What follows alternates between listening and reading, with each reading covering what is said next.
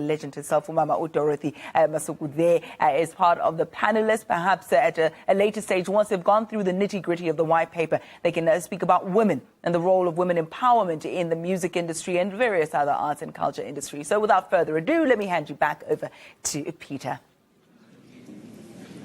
Ayanda, thank you very much indeed. And again, our apologies. We just had a few technical problems with our microphones, but everything seems to be working. So let's continue with our conversation. Let's come back to the Honourable Minister of Arts and Culture, Nathi Mthethwa. Okay, so you were setting this conversation up for us in terms of this journey of the white paper. Yes, Peter. I hope everything is okay now.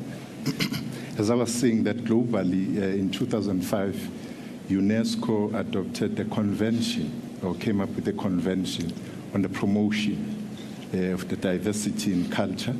You also would know that continentally, AU came up with a program, the agenda, AU Agenda 2063, whose aspirations, 7 aspirations, the 5th one talks to the issues of culture, of identity, of ethics, and so on.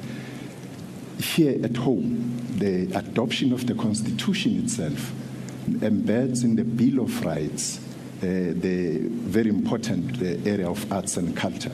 So all these things combined, including the adoption of the NDP, says to us that we need to catch up.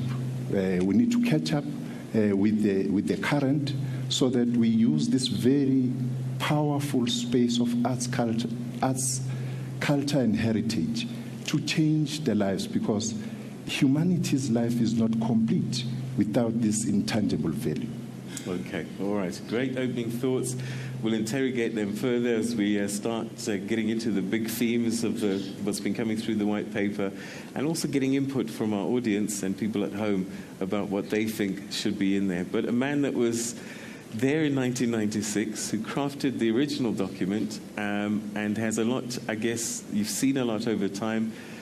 Your thoughts about the original process and what needs to happen this time? What have we learned from the last time to get us to where we are now? Thank you, Peter. In 1994, in fact, prior to 1994, with the unbanning of the liberation organizations and the negotiation process which began, the arts community in South Africa, in the various disciplines, came together to form a campaign which we called Arts for All. And we developed a basic framework for a democratic dispensation. And after the elections in 1994, we approached the first minister, Dr. Ben Ngubane. As you have pointed out, it was then the Department of Arts, Culture, Science and Technology. The artists were not happy with the dispensation where the arts had to share resources with science and technology. But in the second cabinet, 4 years later, an independent, freestanding ministry was established. So the objective of the white paper was to sweep away the racist cultural order that had been imposed on South Africa, excluding the majority of the population. Most of the state-funded institutions, the theaters, the museums, were essentially focused on colonial culture and excluded the experiences of the rest of the population. So that had to change completely. And we managed to get that done. In the process, we set up the National Arts Council. It didn't exist before in South Africa. We set up the National Film Foundation, which also didn't exist, and you can see what has happened to South African film since then.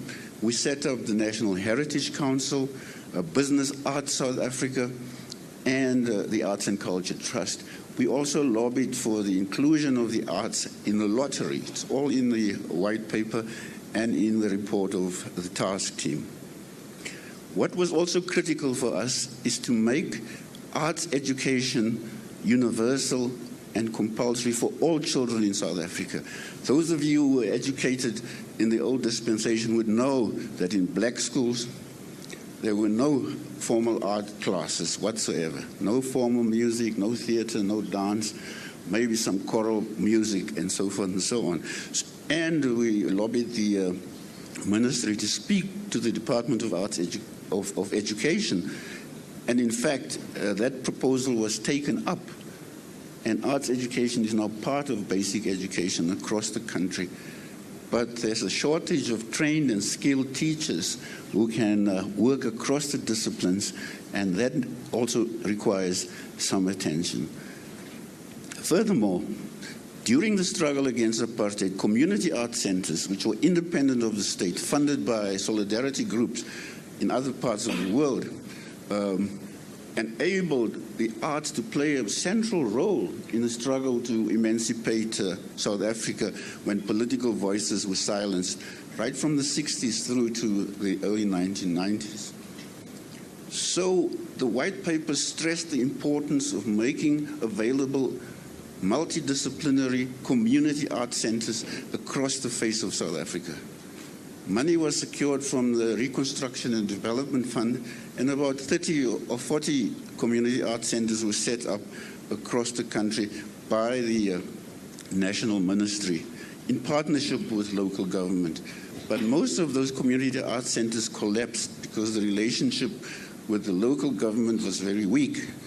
And that is an area that we need to revisit because, as the Minister has pointed out, every South African in the Constitution has a right to creativity, has a right to self-expression, has a right to practice and participate in their culture. And these challenges must be deepened and carried forward. Okay, we're going to explore that again. I know that you said something quite interesting. About a year and a half ago, you said that arts and culture had become the dumping ground of failure and political appeasement. I want to interrogate that a little bit further just now. Keen, you were a baby when this white paper was developed, and it was a different time. You live in a world where you guys are part of a global picture, and you travel quite a bit. You've got to try and move your movies to different parts of the world. And I guess you've got a good taste of what the international story is. What do you think needs to happen in South Africa for us to be able to enjoy some of the successes, I guess, that you see around the world? Firstly, I just want to say good morning and greetings to everyone at home and everyone here, the Minister and the esteemed panel, Peter.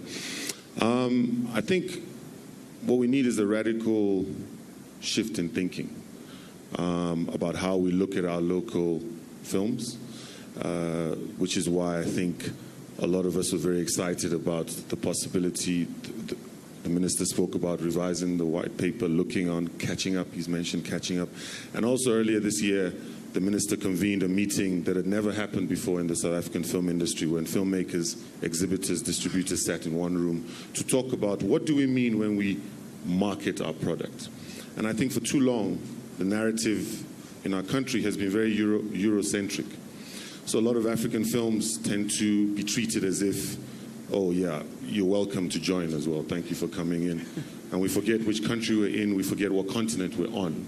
So I would say that South African films do well overseas. This myth that they don't do well, it's a myth.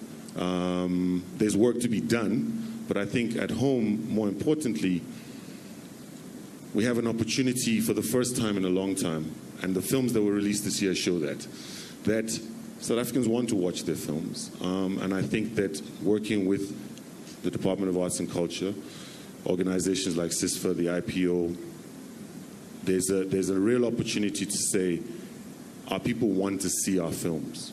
So we should stop treating our films like they're visitors to the party when actually they are the party. So I feel very energized at this point in time about our industry, about what the possibility is.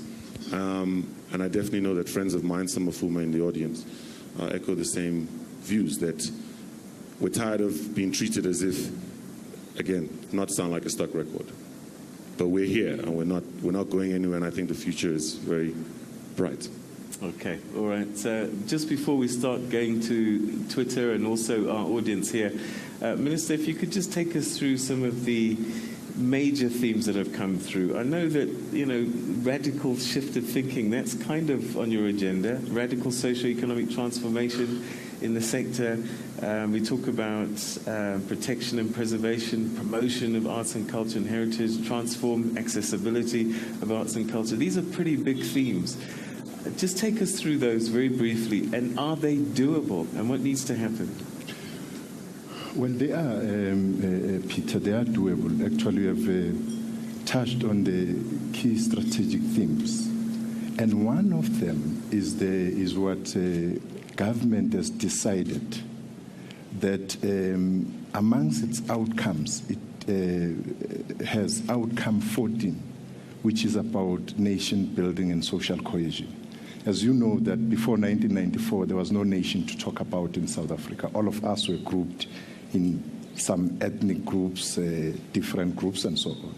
So the building of South African nationhood is a trajectory which took off from 1994 with the humps and bumps on the road as we go forward. But what is important is that there is no other area of forging this nationhood than in arts and culture. Secondly, we need to appreciate arts, culture, and heritage for their sake and for their nature, for their preservation and promotion, as you said, conservation, and so on. But at the same time, we need to understand that the practitioners, artists themselves, are people who have livelihoods. And because of that, the role of arts, culture, and heritage in radical economic transformation and as one nodal point for economic growth is very real in South Africa. We just did a mapping study for 2013, and we realized that this sector contributes to so much in the GDP, the 2.9% in the GDP, which is 90.5 billion rands. That's a lot for a sector. So what then needs to happen is that we should find a way of having this wealth of this sector filtering down to the real people, the practitioners on the ground. So the issue of spaces here is also coming up in these consultations, where people would do their work, will practice what they do. The issue about the content has been there for a very long time. Now, this time around, we're asking artists, we're asking everybody in the area of heritage and culture, what is to be done? And this is the opportunity to factor in our experience of the past 20 years to really change the heritage landscape and cultural and arts landscape in a way that people would say we are benefiting. So it is in our hands to do that ourselves, and nobody else will come and do that for us. All right. I'm going to go straight to our tables, and I'm monitoring Twitter as well. At Morning Live SABC is our Twitter handle. If you want to raise a question, an issue, and get some feedback, we can do that live. I'm going to take 3 people right now, get some responses, and then let's see where we go. Starting at table number 13, where Joan Lithgow is. There's a microphone coming to you.